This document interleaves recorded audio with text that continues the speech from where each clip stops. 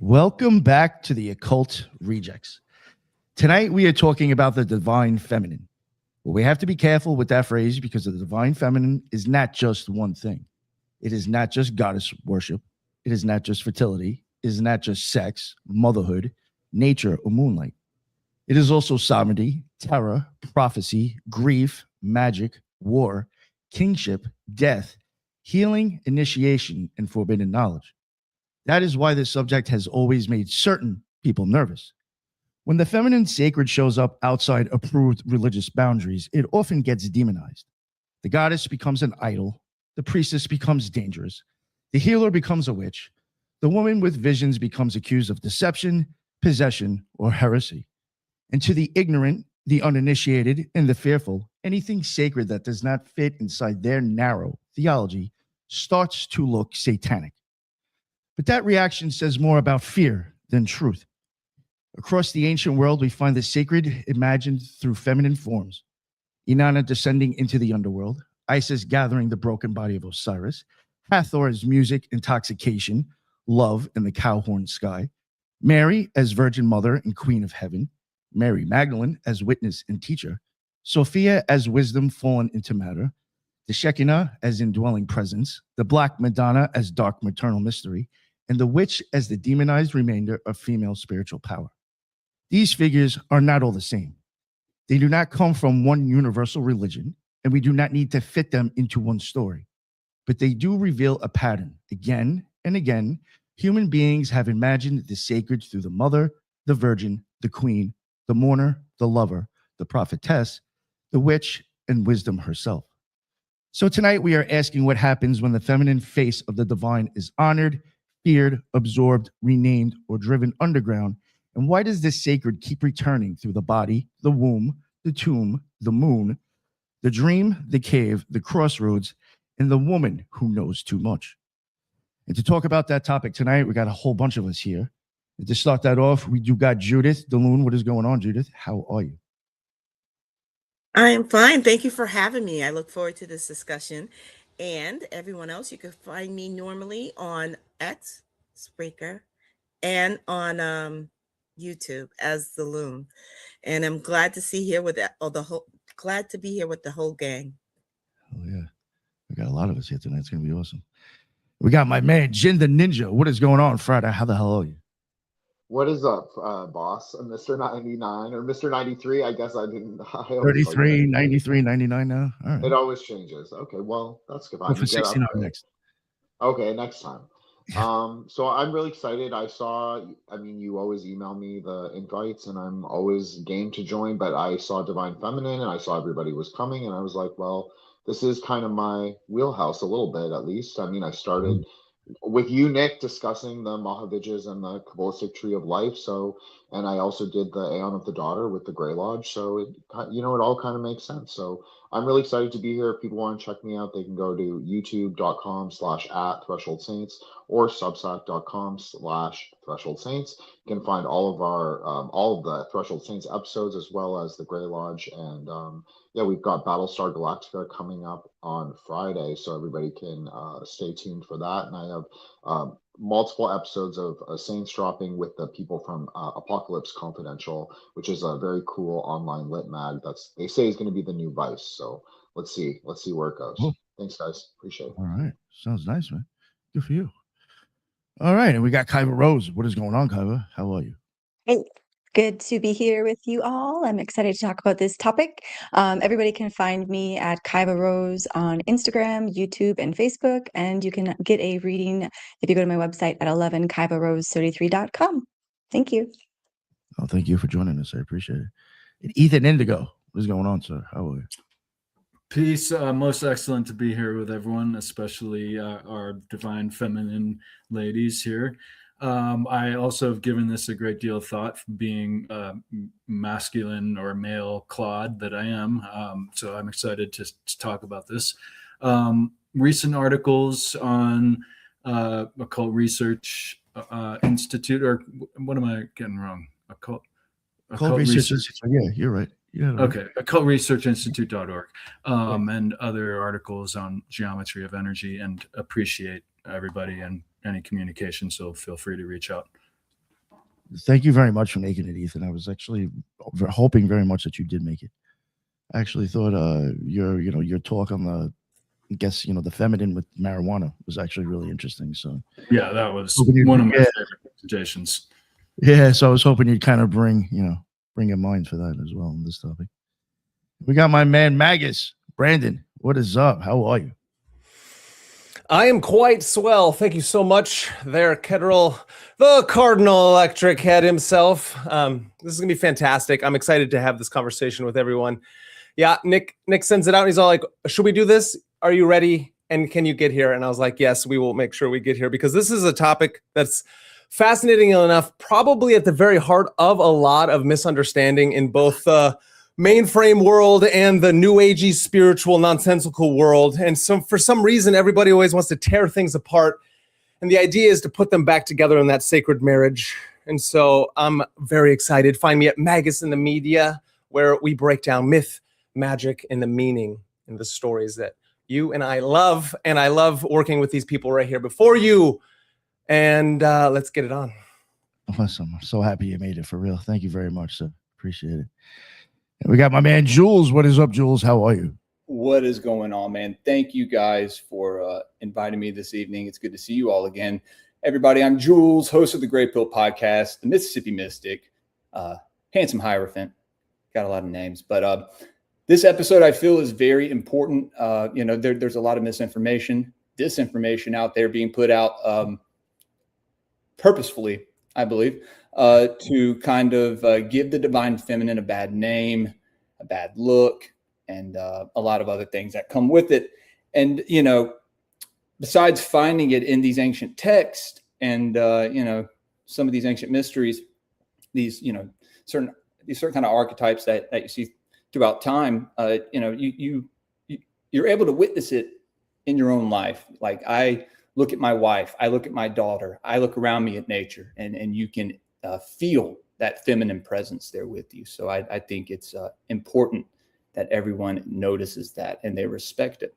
But you can find me over at Twitter, on Twitter, X, whatever, at Gray Pill 3Ds, because my old account got hacked. And then, YouTube, Rumble, Patreon. Over there, go support the show there. We do a lot of things on Patreon. So again, thank you for having me, Nick. It's good to see all you guys. No, thank you. I appreciate it. Thank you, Jules. Yeah.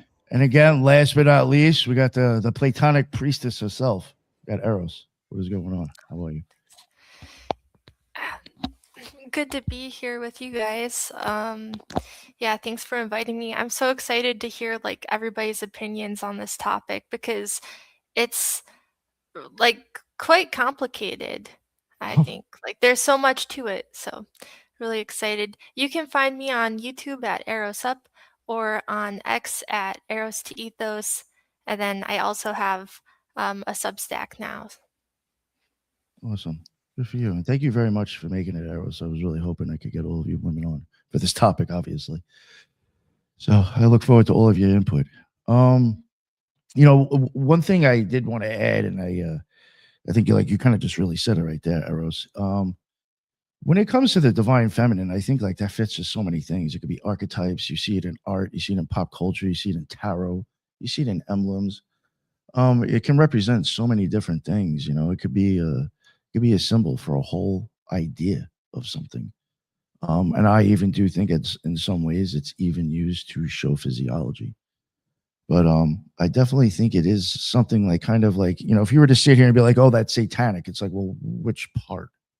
It's such a huge topic that, maybe there is a negative aspect of it, but there's a negative aspect of everything if you push it too far.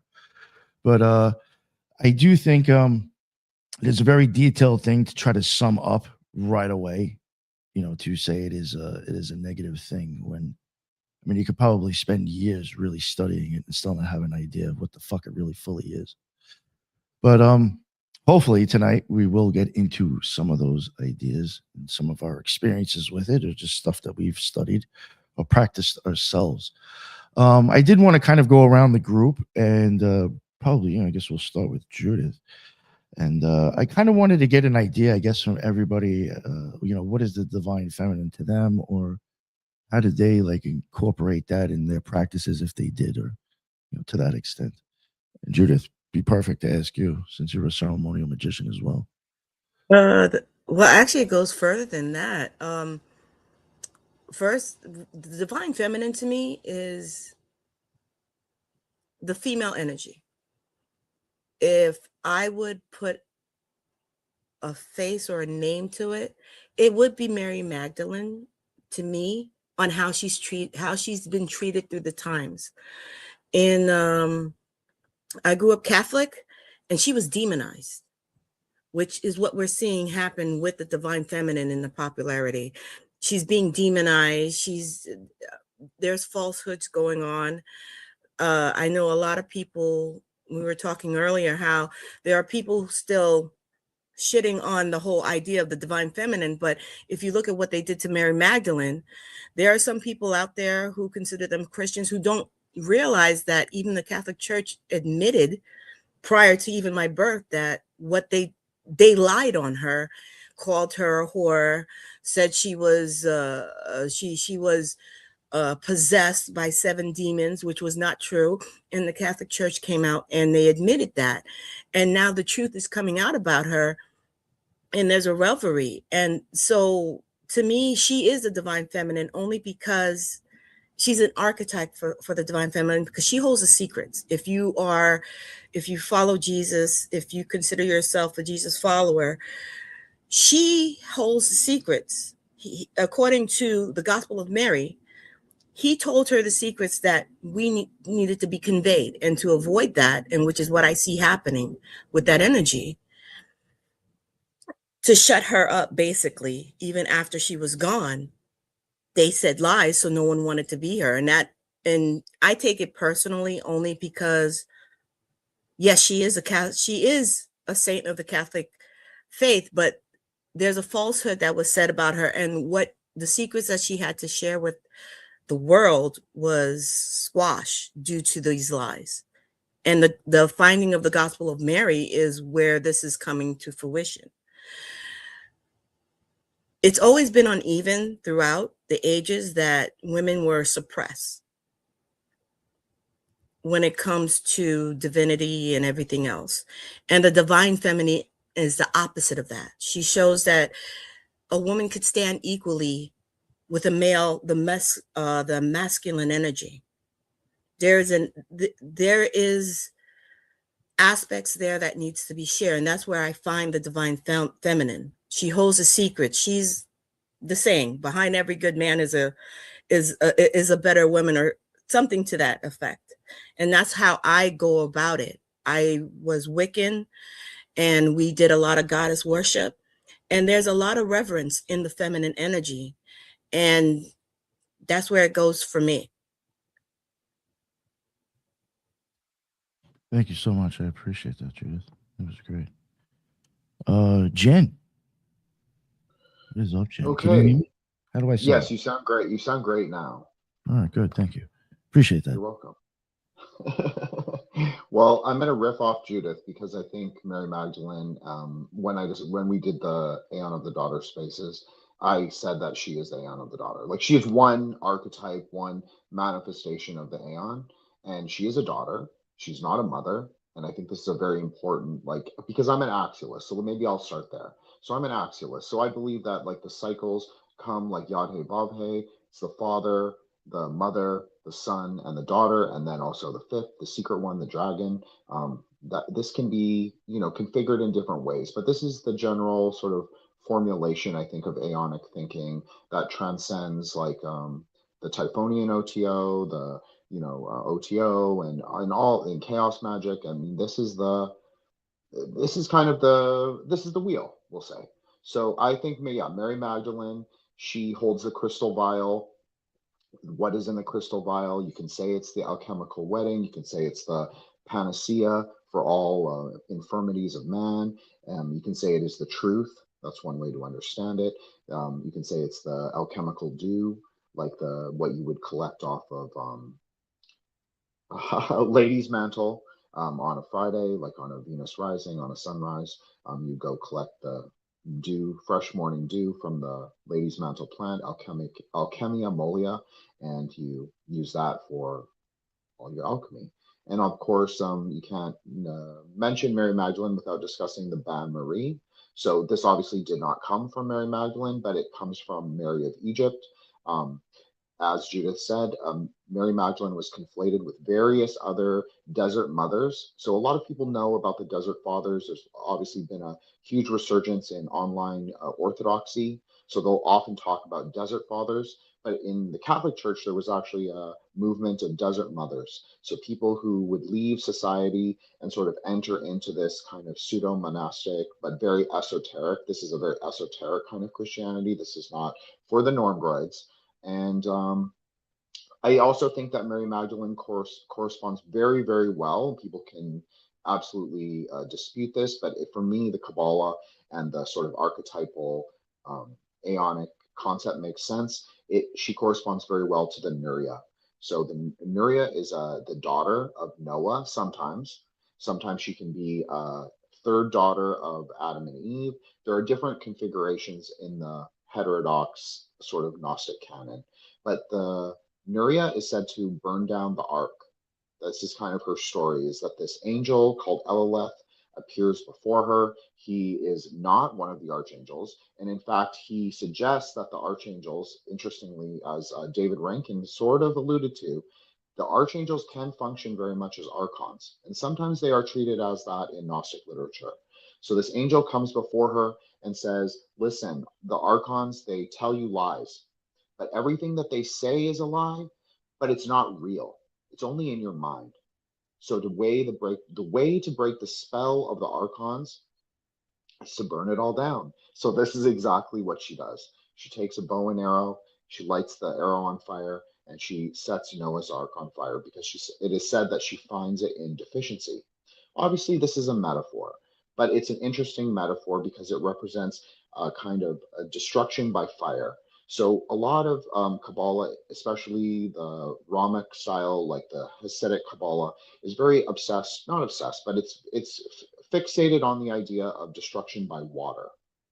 Whereas a lot of Islam and a lot of Sufism and a lot of more esoteric ideas are focused on the destruction by fire.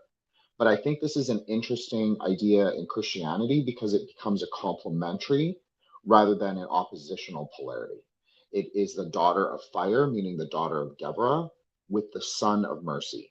So Christ would be coming from Hesed, and she would be coming from Deborah, and they, of course, meet together in Tiferet in the alchemical marriage. So I find this to be a very profound concept. I think other people do too. I don't preference the divine feminine figure. But I have a very strong Dakini practice in Tantric Buddhism. And I always have, and it's always been my strongest practice. Now I have changed, and this has always surprised people that I actually practice a masculine deity, like the last couple of years. But I have always continued to practice the Dakinis because I find them to be very accessible to me. Not everybody finds them as accessible. Some people have to cultivate it. We would just consider that to be a byproduct of karma. Certain people have more predisposition to certain deities and certain practices. So I would say that my relationship fundamentally is very close with the divine feminine. And I also try and cultivate that energy and integrate it in my own practice. So I hope that gives people like a little intro, maybe not that little, but some introduction of where I'm going. Thanks, Nick. Oh, thank you, Jen. I appreciate that. Magus, I know you were ready from the beginning, so I'll let you go. Yeah, that's good. I mean, yeah, of course. These things are deeply ingrained into our very nature and being. And so, interesting enough, like what both Jen and Judith have brought up are very important aspects of this principle called the divine feminine. So obvious, of course, we have two different dual principles within all of us. And fascinating enough, through time, I think it's really important we need to define what these things even mean, because the divine feminine as a term, technically, not that it was created by H.P. Blavatsky in the Theosophical Society, but then through time now it's been kind of corrupted even further from her own readings and hijacked by certain institutions, and I think the spiritual tradition is one of them. interesting enough, where all of a sudden you get a complete inversion of this exact thing that we're misrepresenting from like a natural force of energy, the feminine principle, and then it's like it's all of a sudden it gets to be strange, and now we're talking about women as such, when both men and women inherently have this internal principle. Technically, right, the sacred marriage is the balancing of the masculine and the feminine. And I think these things are really important, that when we go through our understanding of reality and what these forces of nature are doing upon us, the yin and the yang of the dualistic system, which is technically not dualistic at all. When we get caught up in either one or the other and not trying to balance them out within ourselves, then I think we get into a hogwash of conversation and forgetting that we're all moving towards the single principle of the sacred marriage in trying to balance these things out through our life. So that's something I think about a lot. And I think about this because I lived in Boulder, Colorado for a long time. I hopped around the hippie scene in my early 20s. I've seen this term be used and abused by the exact people who are trying to think that they're helping it. And I think everyone on this panel has a beautiful, I think they're going to have what I've heard is amazing. And I completely agree, because then this principle gets inverted through time. And what we forget about the divine feminine is one of its manifestations is through the mystery school. So then it only makes complete sense that the exact same thing that exoteric Abrahamic traditions have troubles with is the exact same thing that got put underground by the Inquisition, by every Inquisition, of people trying to control others. And so I think that's these are a lot of different aspects of a massive topic of trying to balance out humans in the world, as we understand that we're going to, as tribal individuals, we're going to basically other things that we don't understand within ourselves. And all of a sudden now look at what it's like through cycles of time, as we've been speaking about already, that we go through crazy things, and we forget that one of the oldest myths of the feminine is that of Inanna entering into the underworld and to confront herself with Ereshkigal, right, her sister. Because Inanna is the higher feminine principle. Ereshkigal is the lower feminine principle. And to go through the 7 gates as she sheds away to become the great mystery herself, which is this topic that we're talking about right now. And so that may sound smattering to some, and others, I don't know how that comes off all the time. But I think it's a really important thing that I've seen, because language is so important that we define our terms. Like, what is the divine feminine principle? And can we all agree upon certain frameworks of when we talk about it? So that's how that's an initial, I don't know. Thank you. I appreciate that, friend. You made me think of something that I was going to mention earlier. Judith had made me think of a few things, but you reminded me of it again. I just want to get it. Yeah, even when it comes to the divine feminine, sometimes I look at that as like that's kind of like the outcome of the female's hero's journey. Like you're even talking about how you see Inanna go down to the end. Like she's got her own journey, just like a male would in their own story that she's got to go through. That changes, then there's alchemy in that change. Yeah, and we think eventually you get to the divine feminine. But and I love that. And the idea then, think about the Odyssey, is the masculine adventure of the Iliad, which is Homer's epic, moving through this mythological understanding of what? Of the golden apple of Callisti, of Eros, you know what I mean? Of Eris herself. And then all of a sudden you get the great Trojan War, because who is the fairest of them all? So it's so important that we are continually interweaving masculine and feminine stories and I think that's beautiful, because then the Odyssey is the masculine entering into the feminine. And then it goes back to some people out there who are trying to smear these things, which are fundamental materialists, sheep's and wolves clothing, because we know that they all practice one way or the other. And it's like, you can't get away from the mystical. The divine feminine is so important for all of us. And it's all our birthrights, I think. And I think that's why it's so important. No, not to keep going on. I'll shut up eventually, Ethan. Let you go. But sorry, Ethan. no, just stuff that you were saying. I think it's it's my opinion. I think there's a lot of blinds, or just a lot of things that are covered up when it comes to magic or the occult. So you may not fully understand it or take it, or get a full grasp of the whole picture. Something's missing. And in my opinion, I think you know, you need the male and feminine. It's a story that includes both of them. Yes. And her being left out is the whole part of the blind. Yes. You know, maybe Yes. next generation will be the male that gets That's- left out. But you know what I'm saying? I just think it just this go around for some reason. It was her that got shit on. You know what I'm saying? And is left out of the equation that I think that she needs to be a part of. Yeah. I think it is like if you were to take the DNA and male and female on one side and you were like to untie it or tie it back together, that's the story you're getting. I think, kind of, in a sense. You need both. You know, so thank you for mentioning that stuff. And just one other thing too that I did want to mention, and I think it's almost considered almost like accepted as fact now, that if you go and look up I forgot the Pope's name, but I find this very interesting. It was homily 33. And if you take Mary Magdalene, MM, and turn that sideways, you get 33 again. But it was homily 33 that he fucked up and considered Mary Magdalene, you know, or whatever, a whore, because he was talking about another woman prior. But like, it's considered almost fact now that he screwed that up, and that's not her that he's talking about. It's another woman that he was talking about prior to her in a story. So like, I find it interesting how it's like still going with that, but yet, I mean, most historians and religious people acknowledge the fact that that's a fuck up. But Yeah, he was talking. We're still going to run. Sorry, Nick. No, go ahead. He was talking about Mary of Egypt. So you're totally right on that. It's a different saint. It's a different desert mother. So Mary of Egypt was a former prostitute, but if you read her hagiography, she's not even a prostitute. She's like she's kind of like a Bonnie Blue, I guess.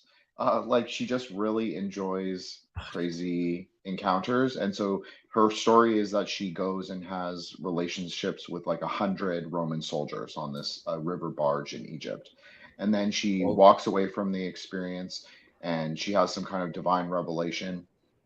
She takes off all her clothes and she lets her hair grow out, which is like it's abnegation. It's like against vanities. And so some saints will practice this if they've transgressed and done a lot of sins. So she walks out to the desert, and eventually her hair grows so long that she makes it into a hair shirt or a hair dress. So that's how, in her iconography, that's how she's always depicted. So it is an actual saint that they're talking about, and I think that the conflation was actually like deliberate, and I think a lot of people in the church ran with it intentionally. And it's also interesting because if you go to southern France, you will see Mary Magdalene with the MM, like Nick was talking about.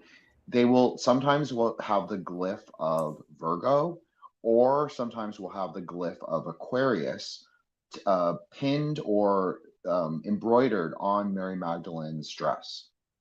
So there's definitely an astrotheological story to this whole thing as well. Sorry, Nick, I didn't mean to interrupt. No, thank you. That's great. That's awesome. All right, Ethan, my man. This is such a great build, and just to build on what everyone's been saying, there's an expression that I haven't been able to track down its origination, but culture runs downstream of government, government runs downstream of religion. And just to point out that the elimination of the consideration of the feminine, let alone the divinity of the feminine, has been prohibited for thousands of years, beginning with the Asherah polarity, which, if you look at it in contrast with Yahweh polarity, we see that a whole consideration of idea is left unconsidered.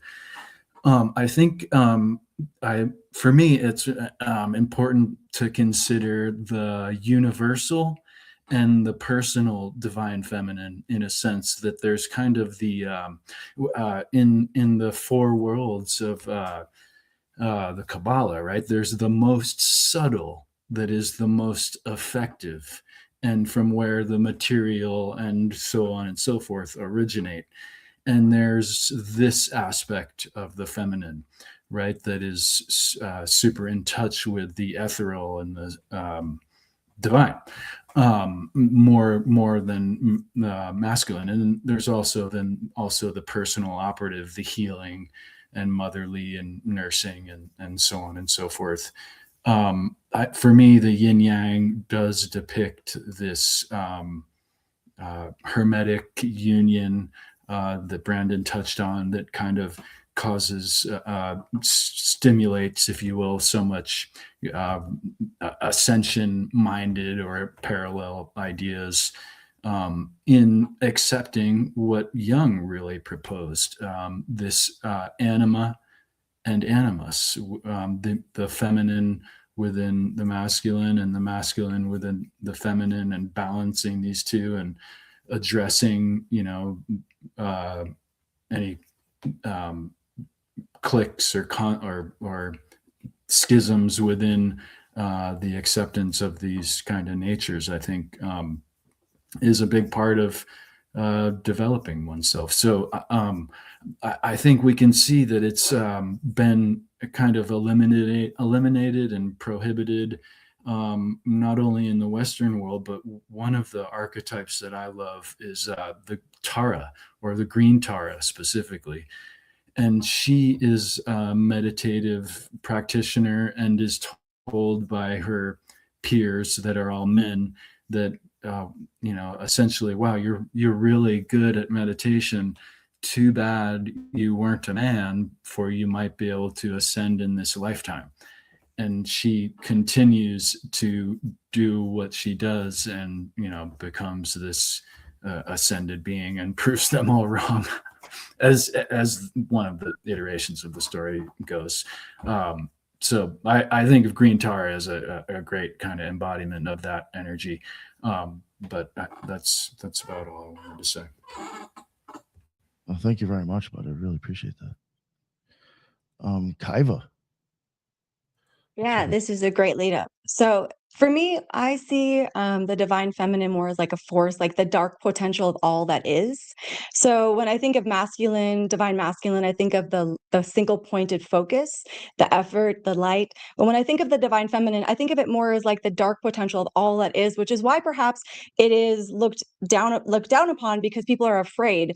And this is why I think, for me personally, the divine feminine is a subtle force that moves all things, right? It's like women naturally have the ability to tap into the divine feminine, for the fact that they are most like the divine feminine, but they are female. Female and feminine are two different things. One's a sex gender, one is it's a nature, right? So when we think of the nature of the divine feminine, we think that both male and female have that nature, but women are more able to tap into it because we have more likeness, just like water is more like earth than it is fire, right? So there's similarities in why women have the ability to tap into that subtle force of energy and use it and channel it more consciously, because it's naturally in our own element. But that doesn't mean that men don't have it. And I think that's what's the problem that we have in our world right now, is I do find that women are also very masculine, right? And they have not embraced their divine feminine,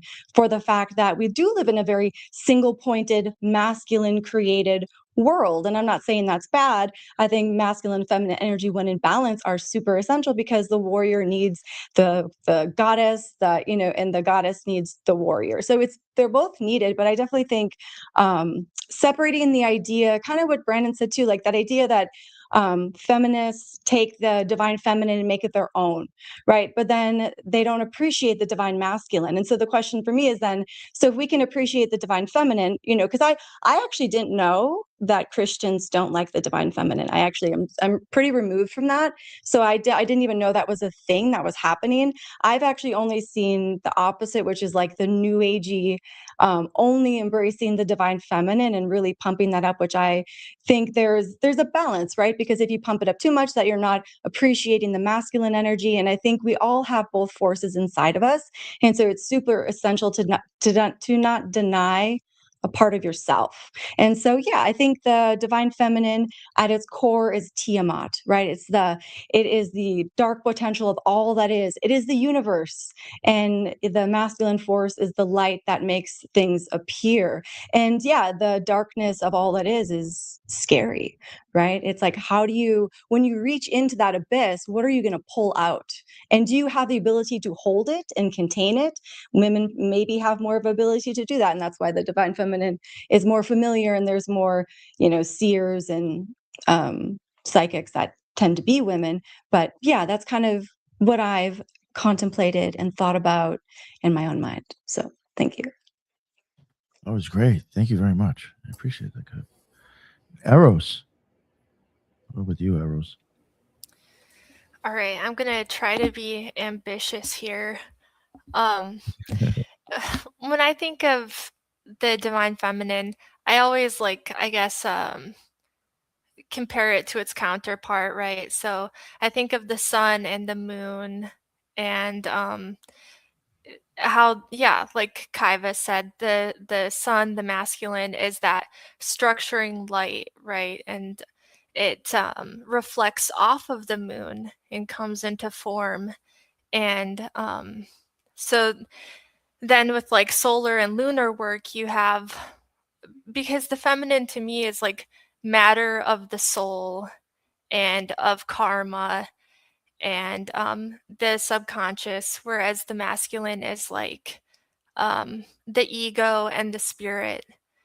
And so I think, much like the sun reflecting off of the moon, I think it was Plutarch that said that the sun reflects off of the moon and then brings things into form. Um, but just like that, you have the subconscious, and basically, the more that you get to know your subconscious, the more that you would build that up into your conscious ego, right? So that's a similar thing where you have the ego, the your sun reflecting your moon, your soul, your subconscious patterns. And the feminine is very intuitive and stuff like that. That's why I would say they're more the oracles, they're more the um, prophetic visionaries, because of the matters of the unconscious and of the soul, where I think all of those patterns are stored. Um, all of the patterns of like how things feel when the planets are in certain configurations, and when the moon is in different phases and stuff like that, tapping into that energy, or even just seasons, because the divine feminine,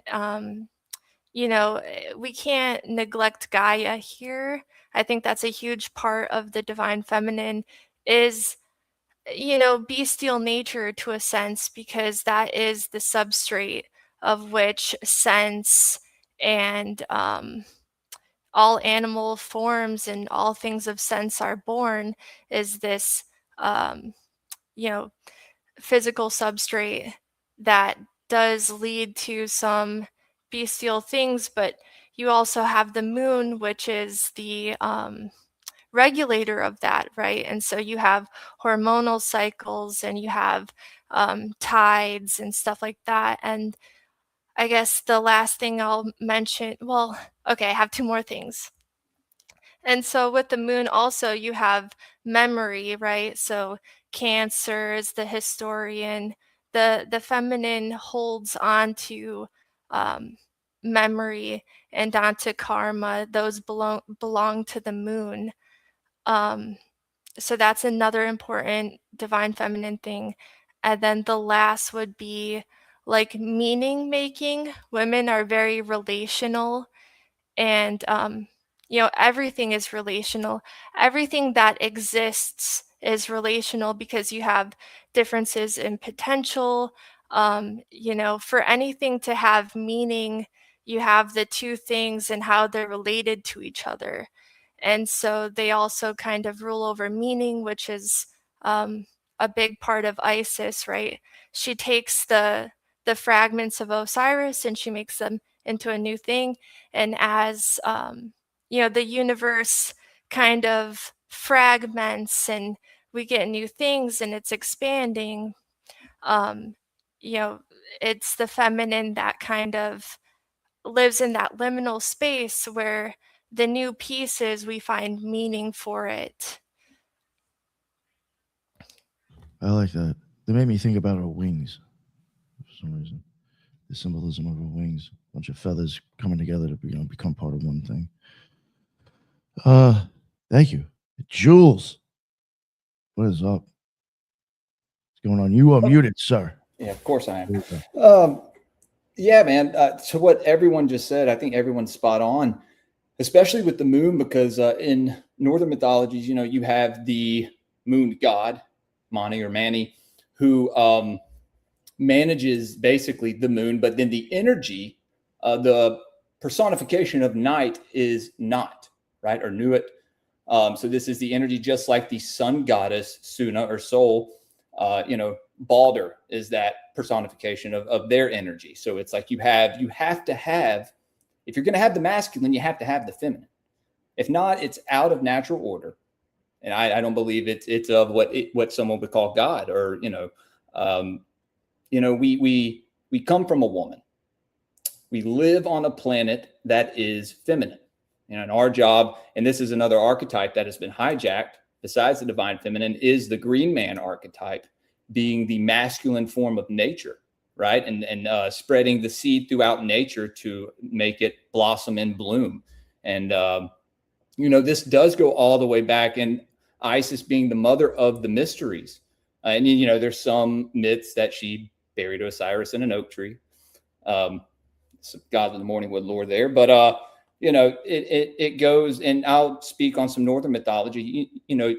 I think Kaiva was talking about, there is that dark aspect to it that people like to demonize. You have the Morrigan and Hela and a lot of other goddesses that embody this, but then you also have the opposite, right? Freya, you have the Valkyries, you have, even in the sagas, Brunhild is this embodiment of the divine feminine manifested to man, right? She's there so like the king's line can go on from, and this is all from certain sagas, right? So, but I'll come back to saying that, this is something that I think is important that most people understand is necessary. This is something that you can't just write off. You can't just go, oh, well, I don't want to mess with the divine feminine, so I'm going to push it over there. It's kind of like the lower and higher self as well. People want to kind of try to cut their lower nature off. And it's like, bro, it's always going to be there. You have to learn how to, walk with it and how to have a balance, right? And that's what it's all about, is a balance. So, yeah, man, I think there's a lot of misconceptions nowadays concerning feminine archetypes and the roles of these goddesses in these stories. Well, the gods and goddesses, right? They're all looked at as these fallen deities, and like, yeah, they all have a fallen nature to them, just like we do, but they also have this divine nature as well that we should strive for that, right? That's the inspiration right there. But yeah, all the things you guys said are spot on. I can't disagree with any of it. That was great, Jules. Thank you. Appreciate that. I mean, I guess, for myself, I really don't have all that much to say like everybody else did. I guess when I look at like a divine feminine, or just the word divine, I automatically think, I guess, otherworldly or not in the flesh. So I automatically, I guess, take it to like, the more higher divinity, pretty much to the point to, I guess, it'd be dark matter or magnetism. If you really want to get down to like, when does creation really start in the feminine aspect, I would look at it as like probably something along those lines. Going that high up, I guess, in the creation scale. But even like thought forms and stuff, starting to put those into form. Sound of music, something even along those lines. Like when you start taking, I guess, like if you, you could ring one note and let it go. And I guess that would be, sound of music. But like when you start having the pauses in there and the different notes and all that stuff, that is really putting vibration into some sort of structured form. So I would even look at it as something like that, even taking like lighter sound and putting it into form. But I appreciate all these different points of views. I think those are all great. It was actually great to hear all of them from you. Give me an idea of what guys actually even really think about. So it was pretty cool. I was, it was a topic that we seem to be, I guess, some of us have brought back up.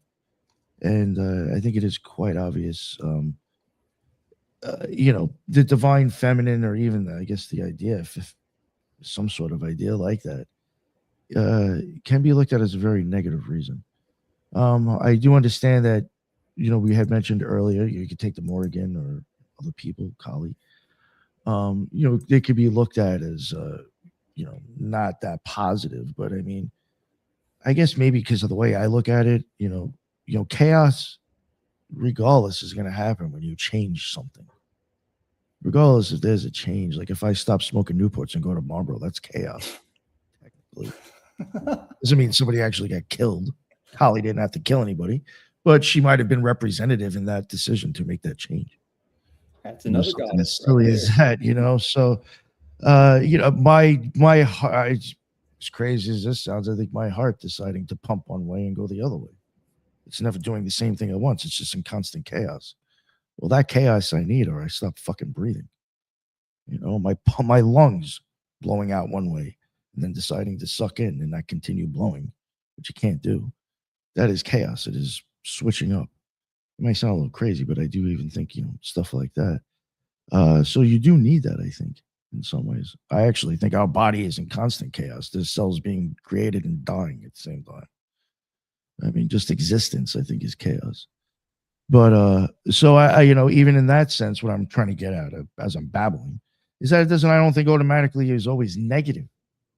There's just a way of depicting something changing. But I guess what I also wanted, was finally getting to, I guess the whole demonization thing about it. I understand it's gone on in the past, and it seems like maybe with the satanic panic era now. I also know that it is profitable to come out and say that you're a Christian podcaster nowadays in the conspiracy community. So you may get a lot of people that just want to make clickbait shit and point at demons all day.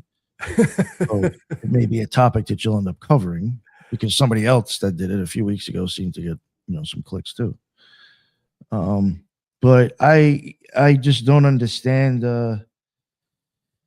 Where do you think, like, I guess maybe it's still a carryover from the churches or organized religion, but like, where do you think maybe it all went wrong with like the whole demonizing this aspect of occultism that, in my opinion, like I think we all have said here, that if you are, it's just my theory, if you are have half a fucking clue on what you're doing, you're going to acknowledge both. So then why is it something that's not in other things? I think it's like hiding the mysteries, like how the mysteries even went underground. Because I think, like what I said, it's like when you're reaching into the abyss, right? Like that's scary, right? And I think so many people like their regimen, the regiment day, where it's like A, B, C, D, E, and I'm just going to do that over and over and over again. But to really live in that intuitive flow of life and trust and faith, I think is something that it goes against in a way.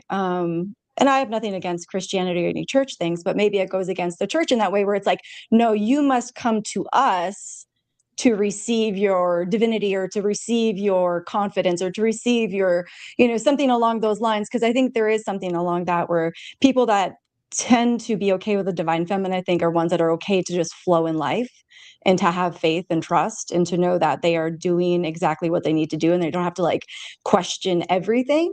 As in, like, you don't have to have everything figured out before you move to point A, if that makes sense. I just want to respond really quick to both what Kaiva and Eros said at the beginning, because I thought that was great, but then also what Nick said. I'm not saying I'm the Kali expert on the panel. I definitely would never characterize myself as that, but I do know a lot about Tantra. So what Nick said was 100% accurate in my opinion about who Kali is. When Kali appears as a Dakini, so this is not how people understand her on Twitter. This is not how like normative Indians, like what quote unquote Hindus, which is not even a real thing, by the way, when Kali appears as a Dakini, meaning she is dancing on the Smashana, dancing on the carnal ground, dancing on the corpse of Shiva, her singular meaning is the destruction of time. So every time your heart beats, every time a cell dies, every time Nick burns a little bit of the cigarette, that is Kali. That's the destruction of time right there. So now, sorry. Jen, I was going to ask, so would Shiva be like considered the same as Saturn in that kind of respect, as time, like she's trampling on time? So when Shiva is a corpse, so when Shiva is Shava, he is the mind. Okay? He is not awoken. He does not become Mahakala. He does not become greater time unless she steps on him. So the mind, so one way to think of it is the mind, the sleeping mind has to die or be destroyed or move through time before he can awaken, which is also a Gotcha. metaphor for the Upasaka.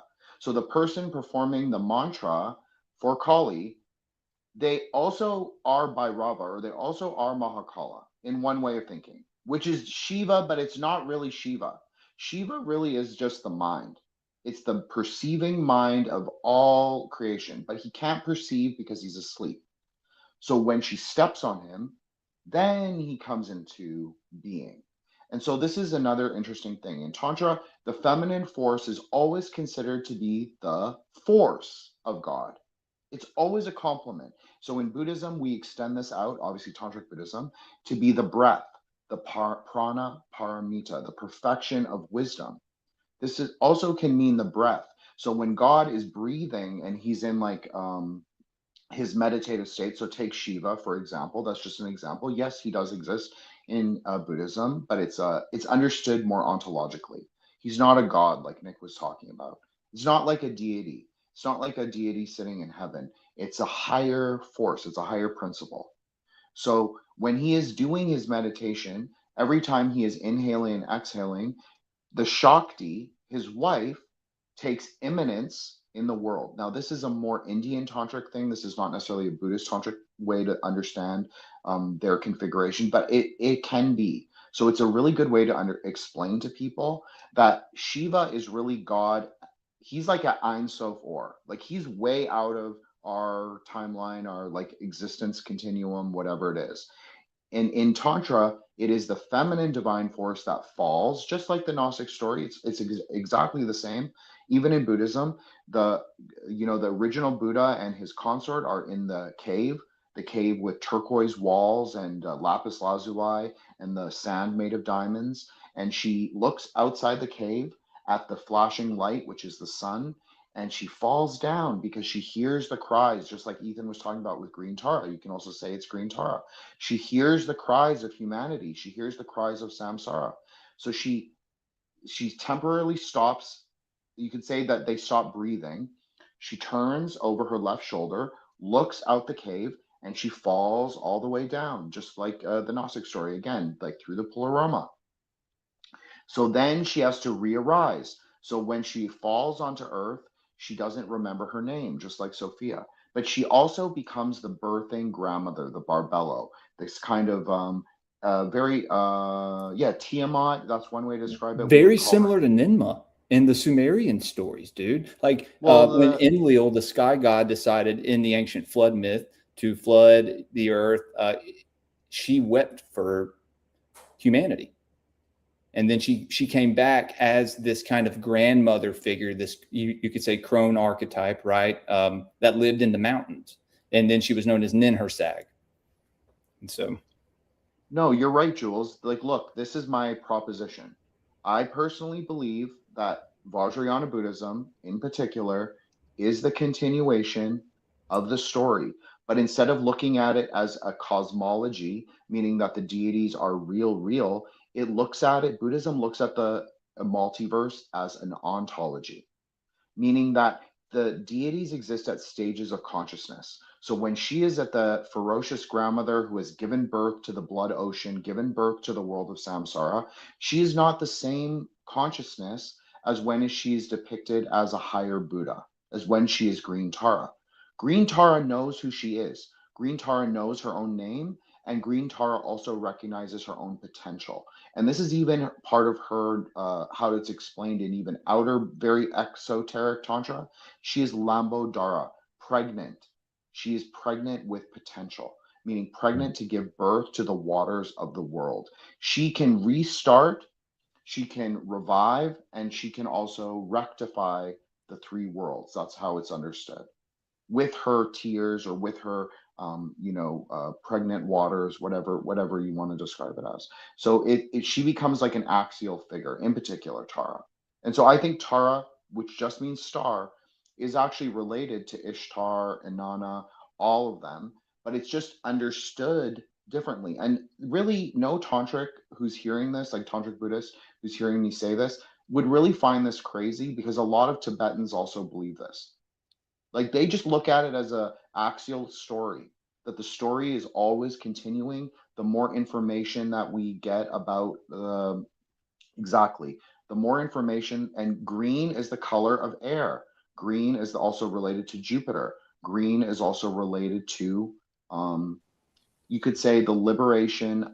It's not the liberation from samsara necessarily, but it's the 4 elements. Like, when I think all of us were on the David Rankin episode, but he was talking about elemental configurations. So air in Tantra is the 3 in 1. It is fire, earth, and water all together, and through that creates green and air.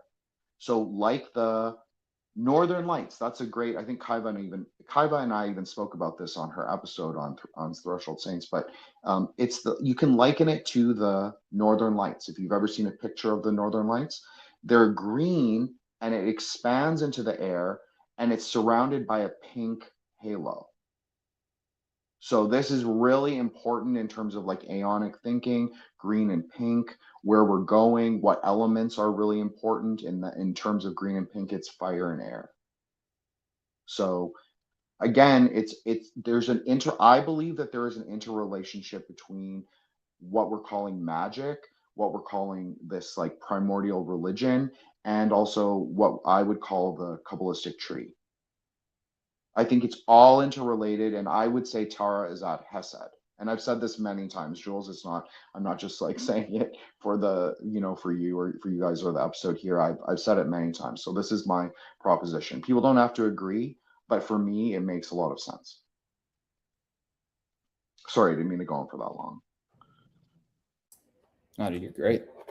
I completely agree. Yeah. And that's something that people see with Callie. They only see that depiction of her with her arms and her tongue out, and like, it's something that's used again, like what we were talking about earlier, for this misconception of the divine feminine as this evil archetype that they will literally LARP with, like left-wing feminism and all this stuff. And it's just like, dude, it's the total opposite, like energy. It completely, like, if you experience, women, I'm sure, the ladies on this show, women like my wife, if you experience, like an IRL interaction with them, like you feel it. It's something, it is something divine. So. Nice. Yeah, I agree. And I think that's really important for us all to understand I have 2 concepts I want to throw out there. One is something that Jin lightly covered. And this other one is, we could think about what happened in the Inquisition in Rome, right? And I think this is really important to understand time frames and how these topics come and go through time, this mythology. That's why I think it's really important to see it through the mythopoetic lens, is because then we can kind of detach it and kind of see it through this nice little story. And so with the Gnostics, and that's why it's so important to think about it through this Western esoteric lens as well, is the Pista Sophia, the idea of Sophia falling. Jin talked about it. But through this lens, then you're seeing Sophia fall into the material world. Why? Well, because she saw her own, maybe not even her own, there was like a reflection, and it was this beautiful thing. And so she fell. Falling away from what? She was an aeon, and being an aeon, it's not like we normally think about it, right? And so it's the idea is that the aeon of Sophia, as she falls into matter, and what she was connected to was the logos, the Christos. The Christos and Sophia merging create a beautiful world. But without that, you get just Sophia fallen.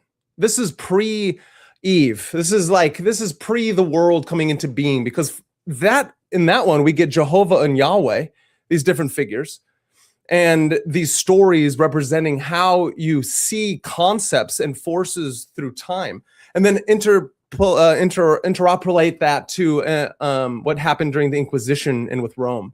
And so the mystery schools are the underpinning of this entire thing, I think. And I think it's really important to understand that the mystery school's point is to bring a single individual into the thing that needs to balance them out the most so they can completely become human, and that is the sacred marriage. So how do you control entire civilizations? Nietzsche says that there's this master-slave mentality. And what happens if you take these mystery schools and say, only we are the ones and you cannot have direct gnosis of the divine? Because the divine is the purpose of why we're doing this in the first place. And so if we merge the divine realms, the Malkuth, the kingdom of all the 10 Sephiroths, into the Malkuth of the kingdom that we're in right now, Kether here, because they're in each other, Malkuth is in Kether and Kether's in Malkuth, merge the Christos with the Logos, that's when we can have that sacred marriage. That's what the point of what we're doing. But if you can get people to not want that and understand that we are going to have a Hegelian dialectic where we create a schism of these two energies that are exactly the thing that radiates, attracts, and repels, right? Go back to what you were saying, Nick. Very important. The electromagnetic spectrum of the human body as it radiates into the embodied act and realm. Electricity, masculine. Magnetism, feminine. Not male, not female, not gendered. But there are certain expressions of how our organs and hormonal structures and systems move throughout the world in what you are here embodied in. And so what we're doing is with this aura of our experience moving through the world, you and I and everyone here on this entire planet are not victims, even though we may get burnt at the stake like them. But the idea of the Christos unification with Sophia, which is exactly what they're trying to pull away, the human, the suprahuman, the Ubermensch, right? That's everyone. If you can take this one thing and say, now you have to fight this, and now neither of the divine feminine or the divine masculine are in their fullest, and now they've fallen. And what are we trying to do? Pick ourselves back up again. And I think this is a really important concept that we move through, is because this is within our very mythology, the collective unconscious, which stems forth into the actualized realms. And so if we ask why are there idiots on the internet who post videos about complete fucking nonsense, yep, and say things about Satanism and interpolating it with the divine feminine when the divine masculine is also Satanized, as in become an adversary towards what the egoic agenda of, go back to the story of what did Sophia create in the Pistis Sophia in the creation story. She created her son popping out of her, comes up Samael, right? You get Jehovah himself thinking and seeing no one because his mother was on a different realm. She's an aeon fallen. And so what happens there is that he sees nothing and he says, you shall have no other God before me. You shall worship me and I shall create you, creating Adam and Eve. And this plight of existence itself, just being here. And so that's kind of, there's this thing going on. And I'm just like, let's go. That's like if we are going to battle the great archons, which are just another stepping stone of our own enlightenment, what Terence McKenna say? We are a planet giving birth, right? Culture is not your friend. Whatever that is that's pushing out there, feminism, the patriarchal red pill nonsense, like all of these are but mere shadows on a wall. That's how it's like, that's how I feel, right? Because it's important. What do you do in Tai Chi? You balance the divine masculine and the divine feminine continually in this energy ball, right? Yeah, I think fear has a lot to do with like why the divine feminine is pushed down. I think it is so powerful because it is the chaos, right? It is the dark abyss of all that is. And if anybody wields the power of the divine feminine, what does that mean? You know, and also in another sense too, when we look at like we look at the past, right? Like the golden age when supposedly there was kings who were actually connected to like the divine power and actually ruled with a conscious and moral existence. You know what I mean? When we think of like when they were taken down by the ones that had no moral compass or had no connection or, you know, I don't know. I think there is something to be said. If you look at our world right now, it is ruled by psychopaths who like clearly have no connection to divine. They may say they do, but I guarantee they don't. So it makes me wonder if there was a time in the past where these psychopaths actually slaughtered the ones that actually were connected to more of that divine feminine power, and were able to like pull these sacred, amazing buildings and just energies and like create a planet that was harmonious. And then these, I don't know, it's just like an idea, like where these psychopaths just all of a sudden like killed out these people and then got in power, and all of a sudden nobody has the ability to wield this divine feminine power, because it does have the ability to make things, create things, and really change the course of the world, right? So just kind of a thought. I don't know what you guys think about that. They killed off all our poets. They killed off all our scribes, the Yeah. druids, all Yeah. of the mystery schools, all of the the Christian mystery schools. They eliminated all them too, Yeah. so they could control this narrative. And now you kind of see the product of that. I'm going to take a little bit of an adversarial position to all of you, and maybe not all of you, but in terms of this framing, because in terms of like Asia and like Tantra and like Taoism, the divine feminine never went away. It never went underground. It was never really, wasn't it? So okay, so Nick, I put in the private chat an image of Kali if you want to bring. Yeah, thank you. I got you. Okay, cool.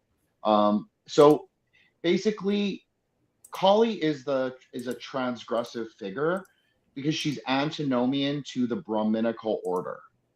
That's kind of how Tantra gets framed in the West, but that's not really what Tantra even is, and we won't get into that necessarily. But she is transgressive against the order, but she's also part of the first order. Like she is the Aeon of the mother, if you want to call it that. She is Binah at her most destructive, at her most revelatory as well. So you can see Shiva is praying to her. Shiva is subordinated to her. She is standing on the jackal. The jackal is outside of normative civilization. It's a transgressive animal. It's an outcast animal. It eats the dead bodies on the carnal ground. So the mind takes refuge in the destruction of time, because only through apocalypse can there be revelation. Interestingly, she is not the goddess of chaos. I know some people will say that she is, but she is actually not. The goddess of chaos is represented by that older grandmother figure, as I mentioned, and as Jules mentioned, I think all other people have said. That's a different name. Names in Tantra mean it's hugely important. So if you say Kali is chaos, no, Kali is is when all things coalesce into like a black hole almost, and then are like sort of caught in the event horizon. So they almost can't escape, but they're also moving through the destruction of time. Worshipping Kali means that your karma is going to be very horrible for your lifetime. That's really what it means. But it also means that you move through the karmic densities very quickly. So maybe in one lifetime, by doing Kali Tantra, you will move through all of your negative karmas from your past life very, very quickly. It's like a higher octave of Saturn or Binah, however you want to understand that. Is that a giant like piece of mycelium in the back? Is that a giant mushroom? Or it's a UFO, it's UAP. I was going to say it's like a bell, maybe, or it's all the same shape. Yeah, it's a bell. That's how you can understand. So in temple worship, these are always installed above the Shakti.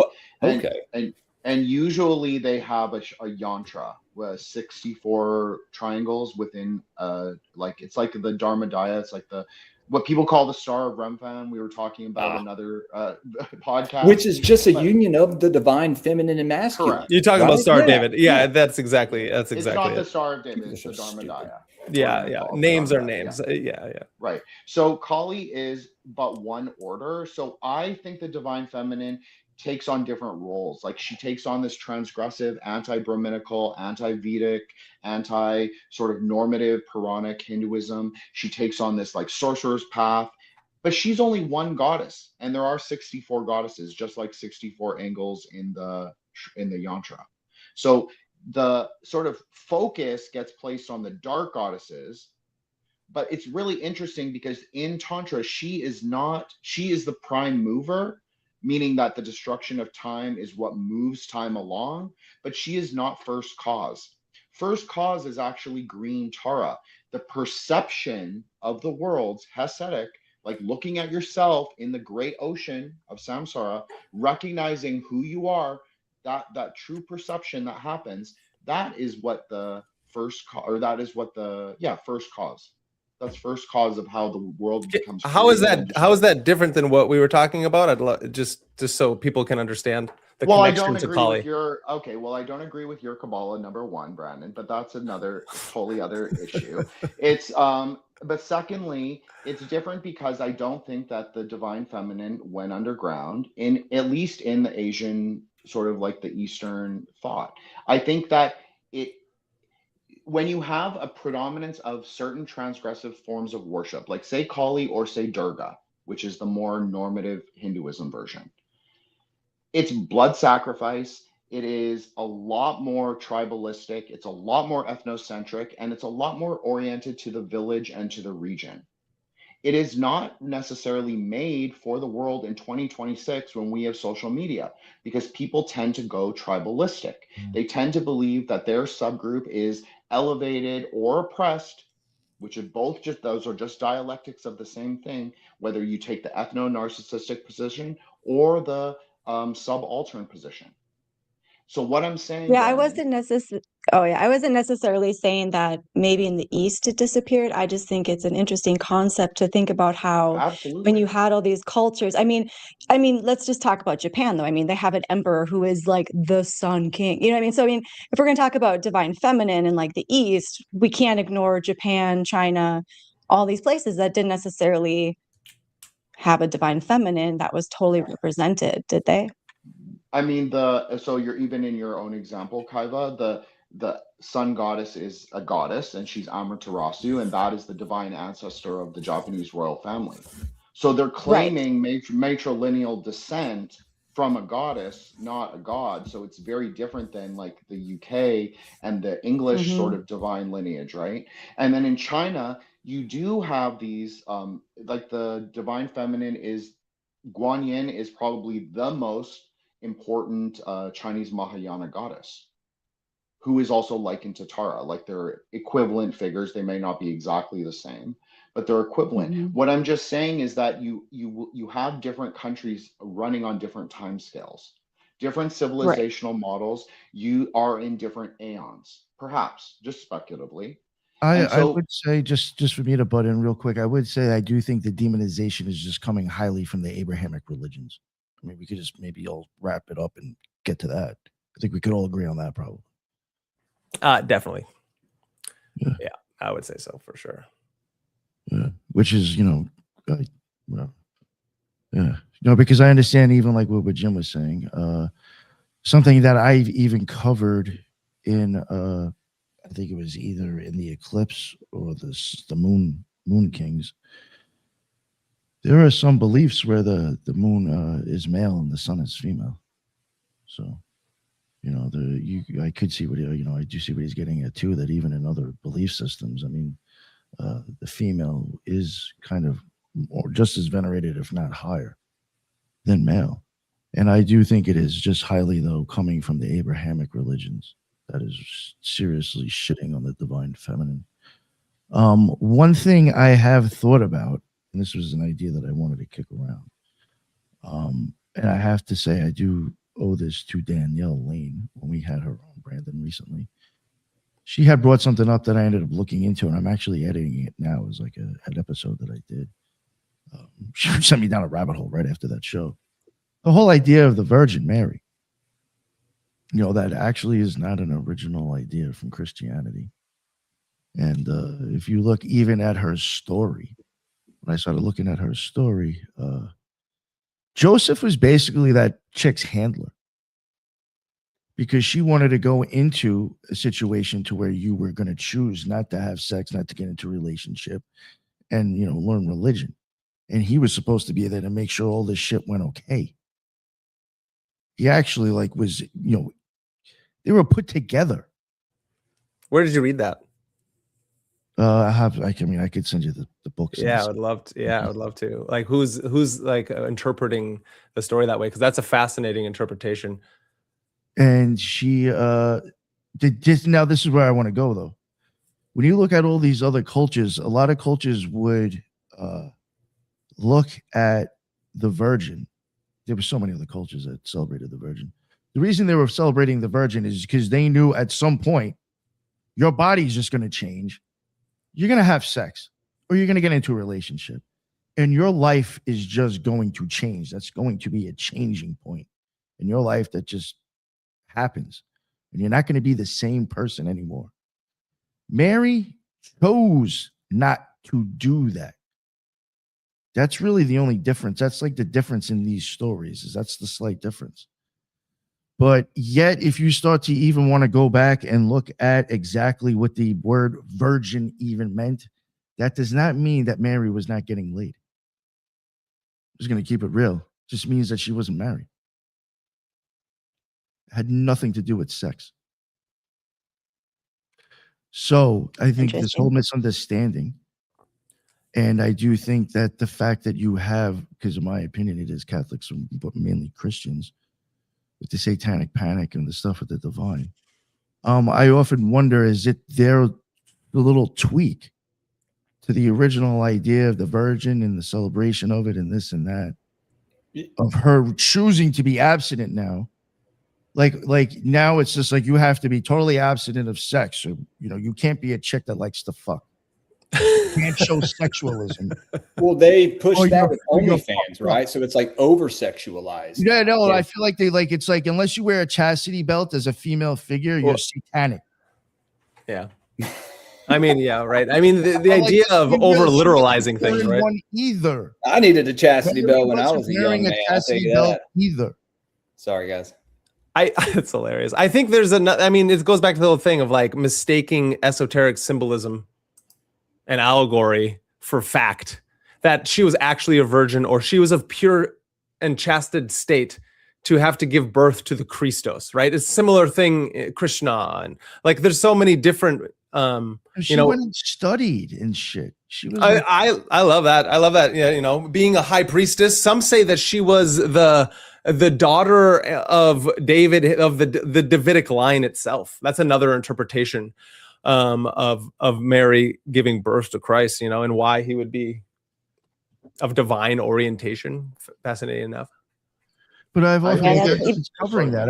I just feel like when you take the women and then add sexuality to it, that is a huge part of like the whole fear of men. Like I was saying earlier, joking around, I'm just going to keep it real. There's a lot of men out there that are afraid of women that have half a fucking brain and aren't going to be your fucking bitch. And some dudes are just afraid of pussy in general.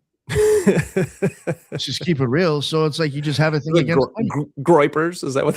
Oh, yeah. They're just mad gay men.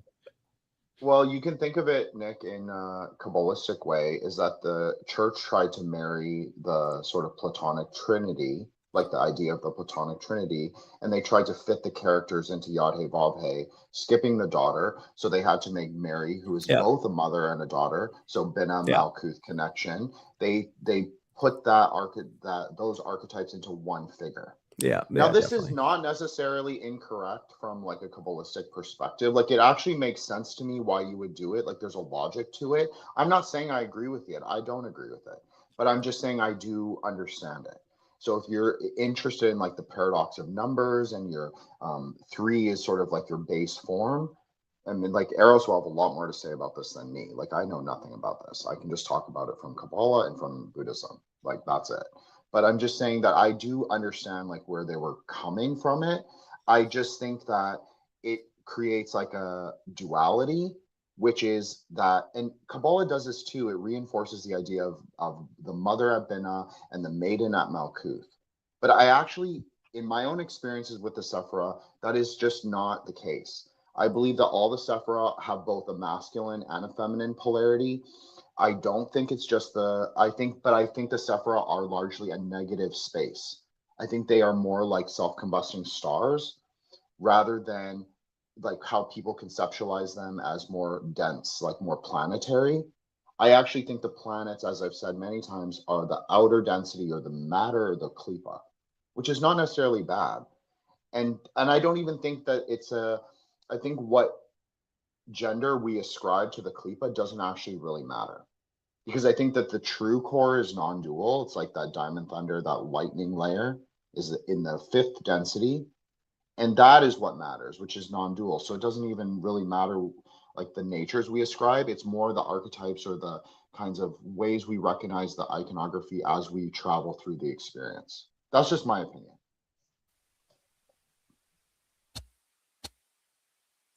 Thank you very much, Jim.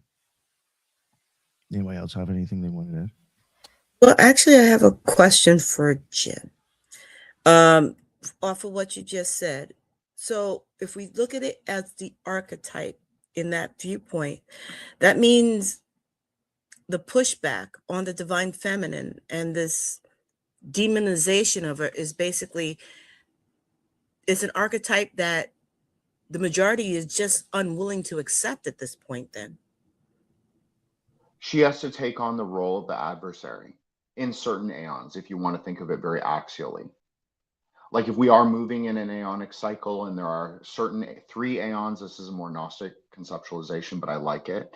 It goes with the OTO stuff that you and I have discussed before, Judith, a lot, in my opinion. So if you say 3 aeons arise in every yuga or cycle, and whenever the wheel turns, which the wheel is always turning, but we'll say that it can be demarcated into at least 4 different quadrants, just like a swastika. So the mother will take on the adversarial role in certain kinds of whenever the aeon is the oppositional to her. So in the aeon of the father, the mother is going to take on either a complementary or an adversarial role. And in the aeon of the mother, the father and the son can both take on both complementary and adversarial roles, like Brandon mentioned. But it's so you expect to see these archetypes become like either Luciferic, satanic, meaning adversarial to the mainstream religion. Like it's just like we're just talking about like switching subculture and culture. Like what is the underground current and what is the above ground current? So right now we have largely in the West Abrahamic religions, which I have to say, for me, I never felt oppressed by Christianity. I never felt oppressed by Catholicism, but I do see a lot of the Saturnian sort of slowness of like being born Catholic and going through the church. Like you are basically never going to get there, like to deeper metaphysical experiences just by relying on the outer temple religion. But there are ways to do it, and it's clear from the saint hagiographies that saints were able to do it. Just like the monastics did a lot of demonic and goetic and angelic summoning. There are ways to do it. It's just that it's not considered to be a part of the, acceptable culture. So what I'm saying is that the aeons switch. They will take on positions that are contrary to the order of the laws of nature, to quote the, Keys of Solomon. So I don't know if that answers your question, Judith, but I just think that, that when the aeon of the mother is demonized, then there will be people that are attracted to the nature of that transgression. And when she is, there have been cycles, there like India, they always had a goddess cult. That's like very well known in archaeology. When they have a goddess cult, they tend to go into more low consciousness. Like, I'm going to sacrifice a goat to get this a thing. So it's like, then it like perpetuates, because how do you then sort of contain that ferocious energy? Because it's like Eros was saying, in Tantra, even your offering is relational. What you give, how you give it, your state of consciousness when you give it, that is what activates the quote unquote deity. So if you are giving her ferocious offerings in a ferocious way, she's going to come back 10 times stronger and be like, you need to up the ante. I need more, more, more, more. So that's the problem with Aeon of the Mother. She always desires more. And I think this is also what Crowley was talking about, but I think that he also got caught up in like the polarity of father mother. This is just my opinion. But I think that this is why he was like Aeon of the Sun, because he was like, we need to break out of this kind of extremes of the polarity and move into this new aeon, but he was against like this, whatever, for whatever reason, he did not like Frater Chad's Aeon of the Daughter work. But I think it was really complementary to his, and I think that that's why he didn't like it, because he saw himself as the great beast in opposition to, all the, all that is good or all worldly religions or whatever. He was like he was proto-punk, you could say, and or proto rock star, and so he didn't want the Tiferatic like balance, the harmonious sort of nature of it. So this is just my opinion, obviously, but this is just, I think that it goes to like what you were asking, like why do we see certain things demonized? And I think she likes the role. Like if you were gonna anthropomorphize the feminine divine force, I think sometimes in certain aeons she actually likes being the transgressive adversarial figure. I think it suits her, especially in like the quote unquote feminist dark goddess worship. I think that those forms suit people who are going to be transgressive, who are going to, want antinomian ritual. I was thinking about something we mentioned before the show about how the arise of this whole idea of witches was really due to this kind of monotheistic demonization of women. And actually, historically, I believe a lot of these were found to these cases where women healers were chastised and punished. They were just midwives and herbal healers that were deduced to be, some kind of dark feminine powers that, because they were able to take care of people that normally suffered and died. And the whole idea of repression of that came from, or really the idea that all this had to go underground came from this repression. And further recently, the idea that we have this allopathic medicine industry that totally eliminated even the consideration of herbs and even nutrition to where it's all allopathy, poison, drug, cut. And some of it is helpful in certain cases, but the fact that they really created it to eliminate the herbal healing that women were often associated with is, evident and kind of depicts how through the centuries, even to our own detriment, collectively, we've been trying to be rid of empowered women and the feminine.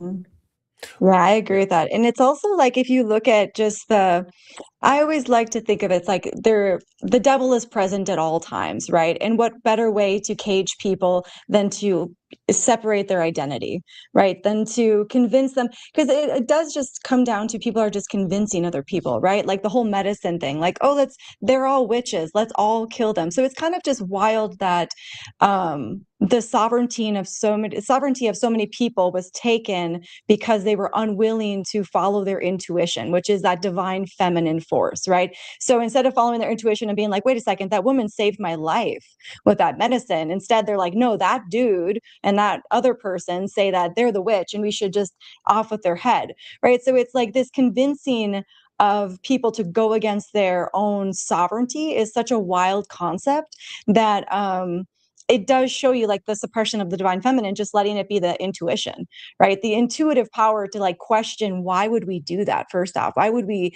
kill anybody just because they're like, have we seen evidence of their bad doings, or are we just going to take the advice of this person, right? So yeah, it is very interesting, the convincing and all of that. So I'm glad you brought that up, Ethan. I wanted to say something really quick. Back to Nick's question about like the demonization of women sexually. I just think that that's another Abrahamic thing, but not necessarily even, because a big part of spirituality, right, is virtue and like connecting to virtue to like, grab hold of your will and I would say Plotinus was definitely influential in that. Like, he was very anti your bestial nature. And so then if we're demonizing the bestial nature and like human nature, then historically women, I guess I would say, are more the objects of desire, right? Because we're physically different, and I think that men are more sexually focused, perhaps, than women, or less sexually guarded than women, and so there's always that kind of unevenness where men are seeking it more than women are, and so women just tend to be the object of desire more. And then there's this huge like social imbalance that is like pretty significant that could be talked about. But so I think that a big part of that demonization of women and women sexually is just because they are like the objects of desire and the sexual gateway, I guess. And so I think it would make sense that you could kind of over time go into that where you start demonizing the object of desire and trying to kind of contain that for the purpose of virtue and stuff. It's interesting that you're mentioning, I guess, like Platonism with the Platonists. Mm-hmm. It was something that I just noticed. It wasn't all of them, but it was a decent chunk. It was a few of them. But like at some point, when I was covering like I guess Christianity, there was a couple of people like Justin Martyr, Eusebius, Origen, a handful of people that were like the big mouths, basically telling everybody else how this Christianity was supposed to go.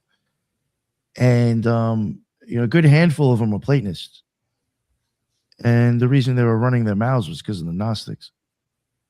And we know the Platonists don't like Gnosticism.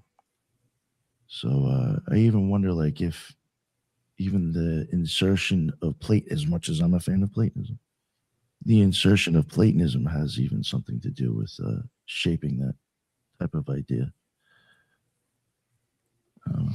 Well, I think Plotinus was a huge turning point for that. I don't know, maybe not, but I think, at least in my reading, I've never seen anyone as like anti bestial form as Plotinus was. And I kind of always felt like St. Augustine and a lot of the Christian doctrine probably took some of that puritanical kind of thought and kind of incorporated that more into Christianity. I can't be sure, but yeah, that's, I mean, think about it. We have, just to separate Platonism from Plato, right? That's a really important understanding. And then Platonists are just people who are now have learned at the academy and taken Plato's work and added a lot of ways to talk about it. Is they added a theology. Plato didn't have a theology. And so he was proposing through all these dialogues with Socrates. And then all of a sudden you get people like Eros is talking about, like, and you too, Nick, Plotinus and Proclus and all the way up to Iamblichus. And so you get all these different Platonists having all these different ideas of what theology means. And then, as you're saying, St. Augustine and all these characters also taking from Aristotle, who's also a Platonist, and then integrating these interesting aspects of what Plato was trying to get at when he says that we must use the higher mind of reason to understand that your lower desires and the animal forms, they have the ability to be harmonized. You don't want them to go away because we got to still eat, sleep, fucking, and procreate, right? But at the same time, you can't separate them. But the reason, the higher mind, is there to make sure we know and have virtue, like Eros was talking about, fortitude, prudence. Keep the lower self in check. And it keeps it in check. Thank you, Jules, as always. And it's this idea of, like, if we can structure us this way, is one model, right, of just trying to understand whatever the Orphic traditions were teaching us, Pythagorean traditions, all the way back to Sumer. And this descent of Inanna into the underworld. As these stories with the Orpheus and the egg and these things come through into now, you get the Inquisition in this time frame. After you get all of this plethora of the Hellenized world taking all these different cultures and smack dabbing them in Alexandria and many other cities that have done things like that, to then get the Christian, like Christianity is beautiful. Abrahamic traditions are beautiful. But when the tyrant king takes too much hold and the institution wants to squeeze all things that don't conform to its structures and hierarchies, then all of a sudden you get things like what we're talking about.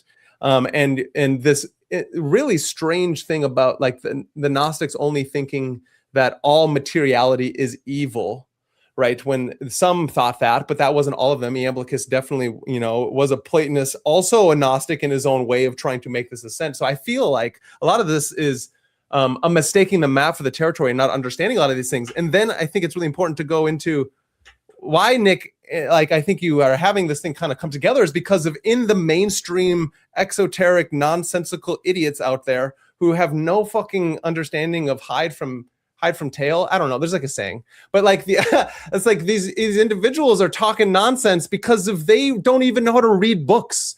These people don't know how to read books. They don't understand language. They don't understand symbolism, allegory, and tales of a human trying to like transform into something better. It's like chasing clicks instead of understanding that this is an alchemical process no matter what vehicle you use, right? The vehicle doesn't matter. You can get it through Christianity because they have tons of feminine saints, right? Nick, we were talking about the woman who fucking is brilliant and she does the music and yeah. If you were to look at her liturgy, just what you can Hildegard, right? The church acknowledges that you could pray to her for. It was just like, why would you even fuck with any goddesses? Like, just the amount of shit that I'm just keeping it real. Like, if you look at some of these women's liturgies, like, what the fuck? These bitches were bad. The Christian mystics, it's so important to not like throw the baby out the bathwater, which is what a lot of these fucking individuals do when they go total bro on us all, Yeah. I just want to. Sorry, Earl. Yeah. I just wanted to. Oh, sorry. Just really quick. I wanted to just say Plotinus was kind of more of like a specific case, and he does not represent all Neoplatonists. He was kind of extreme in his bias, but I do think it had a huge effect. And sure. Brandon is so right that it's, if you don't incorporate the physical, you can't reach rubedo. Yeah, nice. Yeah. What I was just going to say about like the idea of the bestial nature, like from a Buddhist perspective, I do not like the idea that we would ever include that with women, because I think that is something that has gone wrong in our world, is that women are the bestial. And that's what they look at Kali, they look at all these goddesses that are protectors, and they're like, that's a wild beast. And it's like, no, that is a goddess. Yeah, that is a fully embodied divine feminine protecting her right. And so I just like the idea of bestiality and like, bestial nature is, I think, from a perspective, like not something that we want to acknowledge as like a feminine quality. Yes, we are of the earth, but like the bestial nature from a perspective of Buddhism, and I think a lot of traditions, is a lower resonance of like the 10 worlds. So like one of the lowest worlds is the world of animality, because it doesn't have any sort of ability to control itself. And so if we put divine feminine with beasts, like that's not what it is. And so I find that is such a downfall for perhaps what happened in Christianity in that sense. And I just want to that's respond something. to that. Sorry, I'm going to respond to it really quick, Jules. Okay. So in Tantra, we actually do live in the animal world, and the dakinis are often depicted as riding vahanas of animals or with animal heads. Now, this is really important, and because we all live on the carnal ground as well as the garden, right? Like we are non-dual, so we exist in both places at the same time. And this is maybe the difference between like Tantric Buddhism and like Mahayana Buddhism. But we really look at it like, yes, the divine feminine force can be non-dual, extremely ferocious, take blood offerings, be extremely destructive. They are agents of Mamos, which is the Tibetan word for chaos. They are Mamos goddesses. They are the embodiment of chaos. And yes, sometimes that can be of lower consciousness. It can be plagues, it can be war, it can be famine, it can be all of those things. And some of those goddesses are then propitiated to remove the Mamos that they create. So I just want to say that if you really take a non-dual perspective, it's both. They are not just divine. They have different stages of consciousness, like you were talking about, Kaiba, like from the lowest world to the highest world, but these are conceptual states of being. Just like we can aspire higher than the mid-tier God realms. This is my big contention with certain kinds of online paganism, is that they believe that we only stay static at this what we would consider in Tantra to be a mid-tier God world. But that's not the point of Buddhism. The point of Buddhism is to go to Or Ein Sof, or to go to the non-dual, like formless reality. But again, like to echo what both Brandon and Arrow said, it's not a rejection of the body. It's not a rejection of the three world system. It's an integration of those things through consciousness and through praxis. And I also wanted to say that I thought it was brilliant that Eros made the connection between Plotinus and St. Augustine, who was a Manichaean, which is a breakaway branch of Judaism, Christianity, Buddhism, and Zoroastrianism, and various other religions. He was a syncretist. And his whole idea of the world was dualistic. He believed that the body was fundamentally evil, and he believed that the spirit was fundamentally good, and that we are trapped in matter. So Tantric Buddhism reconciles this with the practice of mantra, because sound liberates light from matter. So yeah. I just wanted to say that, but yeah, I think that was brilliant that you said that, Eros, and it is an actual like historical connection between those two things, like rejection of body and sort of like that entry into Christian mysticism. Shout out manas, and yeah, no, the Manichaeans had manas, and we actually talked about that on prior show. But to what Kaiva was saying, yeah, you know, there is this kind of bestial nature, and men have to embody this. I think like it's a part of us, right? And so like I was talking about earlier, in Northern mythology and history, you have like the Ulfnar, right? The wolf warriors. You have the berserker that takes on these specific bestial archetypes, but it's to protect the feminine, right? It's to protect the women and the children. And this, and Jen, I know you don't like Wotan. I know you don't like Odin, but Odin had to work with Freya. I like him the just satyr fine. magic. I like him just fine. Okay. Well, he had to work with Freya to learn the satyr magic, right? Like he had to, in order to be who he is today, right? And he sent Brunhild to Sigurd to lead him on the right path, and then them both being in this, physical world, they both fell to their own, sins, I guess you could say. Yeah, and it's something, and now Odin, you see online people go, oh, he was a cross dresser, just because he embodied the divine feminine. It's pretty silly. It's like, do you read, I really want to ask people, do you take everything in the Bible literally? You can't interpret it as esoteric. They do. Yeah, no, that's what I'm saying. Yeah, it's fucking bro. Well, they do to a point. It becomes Because esoteric. They do to a point, because if you're looking at the divine feminine, there are plenty of books within the Old Testament that really glorify the events and the steps that women had taken in faith, and they're not spoken about. They're not demonized. They were, and someone put it in the chat, who chose the books that's in the current Bible that most people look at. There are plenty of books of women who exude the energy of the divine feminine that people don't even talk about. My named predecessor, Judith, is one of them. I didn't even know about her till I was older. Nice. These are feminines that everybody who's against the divine feminine, who are part of the Abrahamic religions, tend to overlook.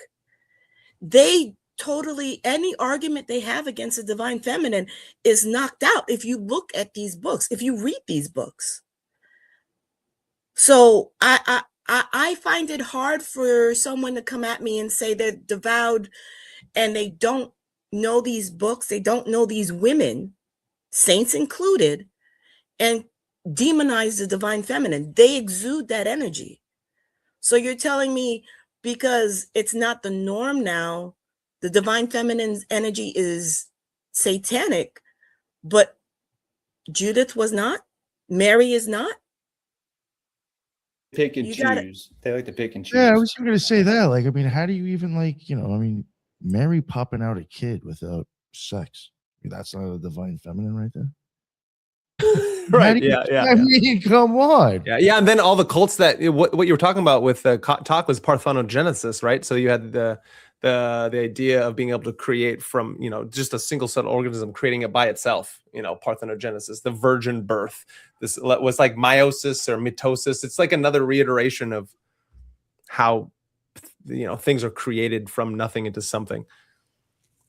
Something I wanted to touch on that's maybe kind of deep into our psyche as far as like the aversion. Kali is, of course, just one layer or personification of the divine feminine, but it's taken to be, oh, that's destructive, ruinous. But one simple metaphorical understanding of Kali being destructive and overcoming is the quality of women to help men develop. And it usually comes through not in a clash, but women are excellent at slicing off the superfluous silliness that men might think without the contrast and build of the feminine. And so the aversion to that, I think, is part of the dark psyche of men to be automatically, oh, it's a bad woman that's going to attack me. No, what's the symbolism, right? It's to really enhance the man. That's what women do. Yeah. That like supernatural woman idea of leading you into I'm like the just mysteries. Sorry, Brendan. I'm just gonna respond to Jules really quick about the Wotan Odin thing. It's not that I'm upset. I'm not at all, Jules. Okay. I don't dislike any deity. I have no problem with pagans. Don't ever at me, like anyone listening. I don't care. I'm not going to believe in your religion. I'm happy in my own. But I respect do that. not. Yeah. Okay. But I do not worship worldly gods at all. Point blank, period. I do not worship worldly gods. I take refuge in the Buddhas and the Buddhas alone. So people can understand that however they want. That's enlightened energy. It's not worldly energy. And so then, but I to would like to respond talk to you about that sometime. well, I'd love to, talk about cable and that with you anytime. Yeah, man. But For sure. yeah, I want to just respond. What Ethan said is correct, but I would say this is why we prefer the red Dakini forms in Buddhism, because then she embodies the Rajasic energy. It's not just the tamasic, destructive, sinful energy. She actually it has the ability to go like rubido, like sorry, Eros brought up. That's what it means. That's why she's depicted like that. She's bringing us into the heatless flame. She's bringing us into the perfection of wisdom through red practices. But some, yes, there are Dakinis can appear in all the colors of resplendent array. That's even how it's described. And different people have different karmas. So they'll be attracted to different forms of the whatever. If you want to call them a goddess, that's fine. But absolutely, like a black Dakini can be very powerful. It can be very good for people who have a lot of anger issues or have a lot of black magic directed at them. So it really depends. Like this is the part where upaya or skillfulness comes in. It's like just because you're at first glance attracted to a deity does not necessarily mean that you need to worship that deity. It actually might mean something deeper. It might mean something astrological. It might mean some kind of planetary karma you need to work through. Does not, because you are forming a karmic connection to that deity for multiple lifetimes. If you worship them, this is a real tantric way to think. So this is also why I don't worship worldly gods. So anyway, sorry about that. Thank you. No, that's fine, dude. I was just kind of poking at you, man, because yeah, me and you poke at each other sometimes. So it's all in good fun. you're a good guy. And no, I'd love to have you on to actually talk about that, because no one's come on to talk about Kabbalah and that on my show from that point of view. So Well, I appreciate it. Well, I get a lot of shit from pagans, Jules. That's the problem. I hear you. I hear you, brother. I'll never give you shit, Jen. You're a good dude, and I like you. So yeah, man. Appreciate it. Thank you. Yeah. Fuck the gods.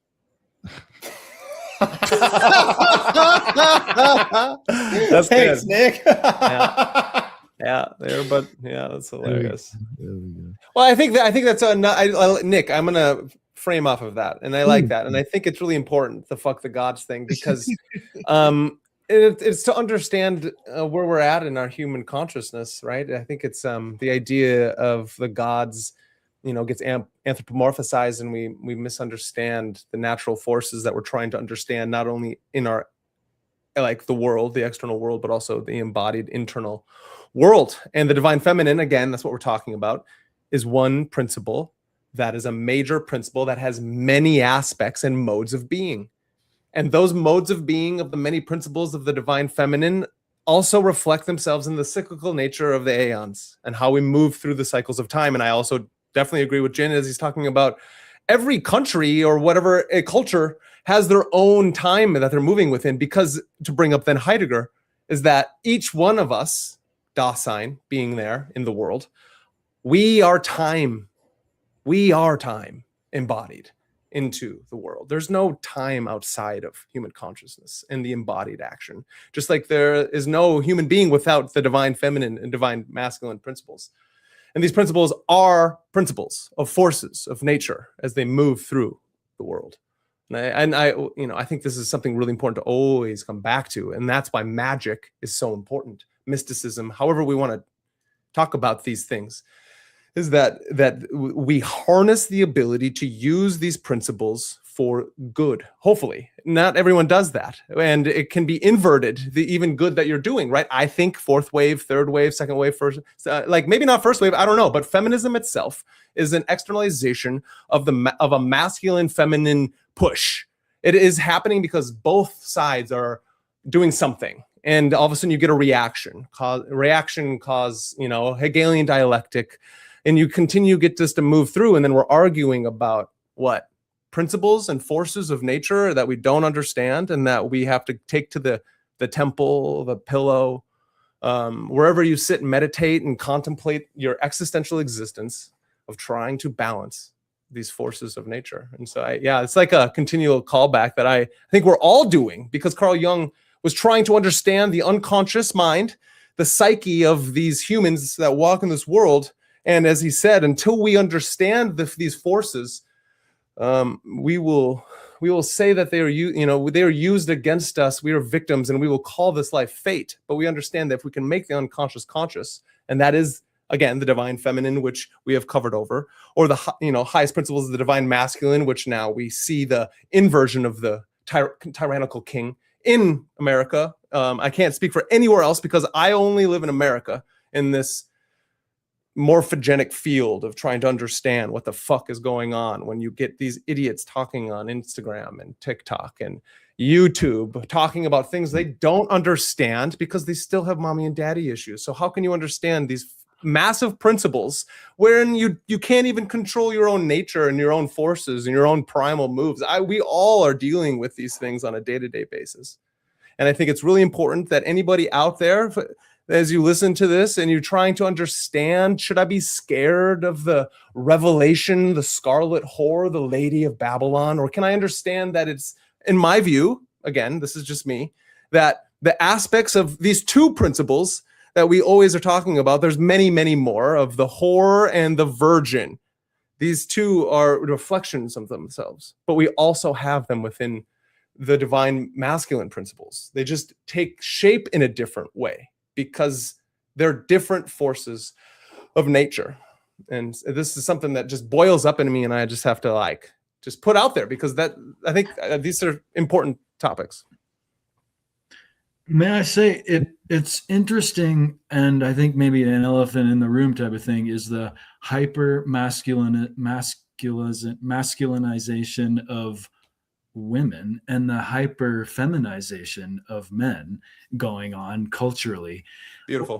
What if this is actually playing off of our emotions to avoid facing our own internal, as you might put it into simplicity, mommy and daddy issues, feminine and masculine issues when we're not in balance, and this is kind of playing off of us to pursue some kind of hyper one way or another that's actually totally out of balance. And with the idea that, I hope I don't think I'm going to offend anyone here, but the idea that feminism is the pursuit of to be equal with perverse masculine pursuits is not feminism, right? It's feminism, is the feminine is not equal to men. It's much more, much grander than that. I hope I'm being clear. Yeah, it's interesting you say that, because my mind was going to the same place of harmony. Like when I do also think of the divine feminine, like I do think of all the dark abyss and all that looks chaotic, but is it actually chaotic, or does it just appear to be chaotic because we don't know divine order, right? So there is this idea that within the divine feminine, there is also this beautiful harmony that we try to control. And I think that's maybe why the divine feminine is demonized, is because people want to know what's going to happen. And they don't have the ability to just trust, like, divine harmony is unfolding, let it happen, right? So I love that you also were like tapping into that like balance, harmony, because I was like starting to I think I understand now what the divine feminine means just a little bit more. If we understand chaos is actually sometimes harmony, and it's important to let it play it out. And anybody who has a strong Uranus in their chart will know, like, how to use chaos, because it's like, oops, I guess I can't go do that thing. Oops, I guess, you know what I mean? Like, there's an opportunity in chaos to ride it out and see how it could actually be going in your favor. Not all the times, but maybe it actually does all the time. I don't know. I thought that was a great point, Kyla. I just want to say that. Like everything that you said, I 100% agree with it. I think that's what existence appearance is like they appear ferocious, they can appear with an animal head, but if you push through your own misperceptions and preconceptions, because she's really post-conceptual, that's really the tantric idea. She doesn't have any quality that we would describe her as. She's not gunasic, she's not tamasic, and she's not rajasic. She's post-conceptual. So once we let what we think of her go, then it really is what is revealed to us is like knowledge or wisdom, whatever. So no, I agree with that 100%. And I want to also compliment Brandon, because I did think that you did really good Kabbalah in your past comment when you were saying that time is really in the mind. You didn't say it quite like that, but yeah, I mean, I've also said this is like Bina happens at Yesod, so time in your mind, time in the nine. That's a good way to understand it, like as a mnemonic device. Yeah, that's exactly what happens. We have to perceive the world, but we're standing on the moon or standing at Yesod to do it. We're looking at the tree. So which way do you want to look, upwards or downwards? I think a lot of the dialectical games tend to shift our focus downwards. And I would say if we're truly non-dual, and maybe we're not all non-dual, maybe I'm not even non-dual, but at least conceptually, I'll just say that I think, and Tantra would agree with me, is that it's really important to look up. Like if we're conceptualizing reality as the tree rather than looking down, because looking up actually gives us a sense of agency, as well as it's not at all like how Hebrew Kabbalah describes it. It's all about humility and being humble. And I agree that we need virtue and we need to cultivate those like inner things that are going to like bring order together. But I think looking up is a lot more Promethean. So I think if we conceptualize it like that, we just can, actualize a lot of the path working better. So yeah, I just want to say this. Thanks, guys.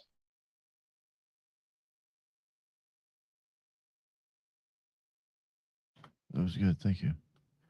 Did anybody have anything else that they wanted to add? We're almost at 2 hours. Probably wrap it up at this point. No, nothing. All right. Sure. Well, we probably could, but we are all like, we're like, well, we could. Part 2 is in order. 2 of 64, right? Part 2 of 64 is coming up soon. Good for sure. That was great though. I really thought that was an awesome show. I really appreciate everybody's input on that. You know, it made me think about a lot of things myself as well, just the way I look at it. And just how it does differ in some areas. It's very interesting. And the reasoning behind that, who knows? Thank you all and everybody in the chat. Before we wrap it up, I will everybody plug their show again real quick. Judith, please let everybody know what's up with you. This is actually, I can't wait for part 2. This was a wonderful conversation. It's nice to see everybody again, and everyone else. You can find me on YouTube, Spreaker, and X as The Loon. And in August, if you're in the New York area, I will be at the Pagan Pride at Stony Brook as well. I'm working out the details on that. So if you happen to be there, stop by. I said, you know, when you told me about that, I was actually going to ask you if that was in Stony Brook. Yes, this I is remember Stony when Brook. I was in, I mean, even when I lived out in Long Island, when I was in the OTO, I remember it was out at Stony Brook. I was like, shit. I was more familiar with the one in the city, but they don't have that one anymore. So I'm looking forward to it. There should be a good turnout out there, I would think. That's a nice, good for you. When you told me that, I was rather impressed. I was like, that's actually a good spot for promotion, in my opinion. Good.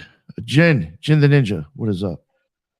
Thanks, boss. I really had fun, obviously. I love, playing the polarities and doing this adversarial sort of like role, I guess. So if people want to check me out, they can check me out at Threshold Saints on IG and also X, and my personal account at Wukong Reborn. And all my links are there. Obviously, YouTube, Spotify, Apple, Substack, it's all there. And thank you to Kaiva, Ethan, Brandon, Jules, and of course Eros, and a double of course to Judith.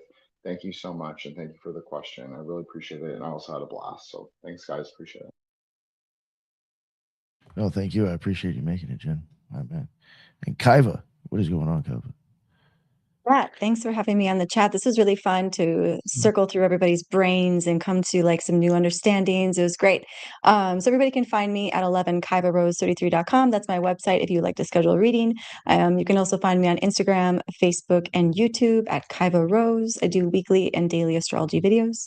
So looking forward to seeing you all soon. Thank you. Thank you very much. I appreciate you making it, Kaiva. Ethan Indigo, my man, what is up? Once again, thank you guys for the education and the inspiration. And every time we get together like this, it's like, occult intelligence. So I appreciate you guys immensely. Ethan Indigo Smith on all the social media. I really appreciate interaction and communication. If anyone wants to reach out, and I should be easy to find. And appreciate you guys. No, thank you, Ethan. I always appreciate it when you make it on, sir. For real. Brandon, what is up, Magus? Thank you so much. I appreciate it. Yeah, no, I appreciate you. Nick putting this on. The Occult Rejects, as he said, is a ragtag of Wu-Tang Clan members. We all ain't nothing to fuck with, as they say. And so I think it's really important that people know that if they, a true safe space is one where you can speak freely and be able to take, like we all have different ways we're all sovereign magicians. And I think that's something that everyone, and that's my view, is that everyone eventually will figure that out for themselves, whatever words they want to use. And the dialectic, the conversation is why we're here. It's the public square. And this is where we are supposed to do these types of things and have these types of conversations. And so everyone out there is a lot of strange things going on in this world. And the best way to get through it is with a community of individuals who can have hard conversations during hard times. And so thank you to Nick. Thank you to everyone, Jin, Judith, Kaiva, Ethan, Jules, and Eros. This is how it's done, and this is how the future is changed for the good. And so everyone can find Magus in the Media on all the things. Subscribe, like, and share to me and all these beautiful people, from the Rejects to Kaiva Rose to Threshold Saints to what Judith is doing to the gray pill to Ethan Indigo with his Tai Chi magic and Eros as she platonizes herself up towards the forms. And so everyone out there, thank you for such a wonderful evening. That was awesome, dude. Thank you so much. Thank you. Eros, what is going on, Eros? Thanks, guys. This was a lot of fun. Oh, yeah. Yeah, this was awesome. I always have so much fun. And obviously, I watch you guys all individually, so it's fun to be able to talk with you guys because you're all very entertaining and always have such good things to say. So thank you. You can find me at YouTube as Aerosup, and then you can find me on Twitter at Eros to Ethos. Thank you very much for coming on here. I appreciate it, Eros. Always do. My man, Jules. What is All it? right, man. Thank you for having me on, Nick. This was an incredible discussion. I actually learned a lot, as I always do, and I can't wait for part 2. So, if you're watching, go over to occultresearchinstitute.org. Check everyone out there. Go over and follow at The Occult Rejects on YouTube. You can find me on X at Graypilled 3Ds, and then go over to Rumble, YouTube, or Patreon. Check out what we're doing over there. Gods of the Morningwood next week. Box Saga and Adepts in the Western Esoteric Traditions, like part 8, I think. So Occult Cinema this week as well. We're doing Begonia. So I will. Yeah, I got to check with Zaralap, but we, that's a Patreon show. So if you want to find most of my content, you can go over to Patreon. The live stream last night got taken down off YouTube for hate speech. So I don't know what I said, but the algorithms didn't like it. But may do another one tonight. Who knows? Anyway, again, this was great. Thank you guys, and like I said, can't wait for next time.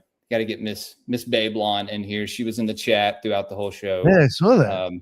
She loves you guys. I mean, she did numerous Graypilled streams and hated my entire audience, but then she comes on the Occult Rejects one time, and it's like, blissful. So that's awesome. Thank you guys for, Of course, thank you, Jules. I always appreciate you can make it, man. I was glad you were able to make it tonight. Thank you, Nick. Yeah, I had a blast. We definitely do a part 2. There was plenty of things that I could have still went on about or nerded out on, or just different ways I look at, the divine feminine. But yeah, it was a blast. Everybody in the chat, that's what's up. I appreciate any comments in there or people trying to add to what we're talking about. That's what's up. That's why we go live. And yeah, until the next one, everybody be well.